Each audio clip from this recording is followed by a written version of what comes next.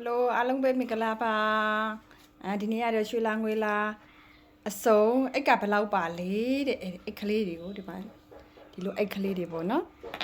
ဒီလိုအိတ်ကလေးတွေကိုမေးထားတာဖြစ်ပါတယ်ဒီလိုအိတ်ကလေးပေါ့နော်ကျွန်မရဲ့ရွှေလာငွေလာအိတ်ကလေးပါရွှေရောင်လေးပေါ့နော်ပြီးတော့ငွေရောင်လေးတွေရမယ်ရွှေရောင်ရေးငွေရောင်ရေးနော်အဲ့ဒါလေးနှစ်ရောင်ရပါမယ်ရွှေရောင်နဲ့ငွေရောင်နှစ်ရောင်ရပါမယ်ဒီမှာနော်ဒါလေးကတော့သူ့ရဲ့အဖြူပေါ့ဒါကအဖြူချွေရောင်ပေါ့နော်ငွေရောင်ပေါ့အော်ပြောမှားသွားအမချွေရောင်ငွေရောင်လေးကဒီသူ့ရဲ့ပန်းကလေးနဲ့သူ့ရဲ့အရောင်လေးနဲ့လုပ်ပေးထားပါတယ်သူလေးဒီရွှေလာငွေလာအဲ့ကဘယ်လောက်လဲတဲ့အမေးထားတာပေါ့နော်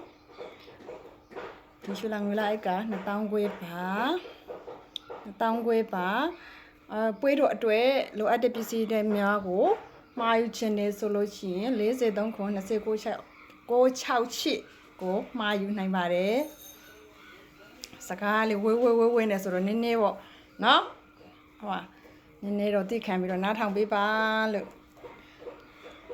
ဒီမှာဒါ2000ခွဲပါဒါကအဖြူရောင်ပေါ့နော်ဝေးရောင်ပဲသွားတာပေါ့ဖြူရောင်ပေါ့နော်ဒီအိတ်လေးပါဒီအိတ်ကလေးပွဲတော်တဲမှာယူခြင်းနဲ့ဆိုလို့ရှိရင်43ခွန်2966ချစ်ကိုမှာယူနိုင်ပါတယ်မှာယူအပေးကြတဲ့ဒီအုပ်တယောက်ချင်းစီကလေးကျေးဇူးတင်ပါတယ်ရှင်မှာပါအခုဒီရပိုင်းအတွင်းရွှေလာငွေလာအိုက်မှာယူတဲ့လူတွေပစ္စည်းတွေဝေတဲ့လူတွေကိုရှက်စာရွက်ရည်တိကျပုတ်ခောက်ရည်ကရဝေးရွက်ရည်ကိုလက်ဆောင်ဖြစ်ထည့်ပေးနေတာဖြစ်ပါတယ်ကျေးဇူးတင်ပါတယ်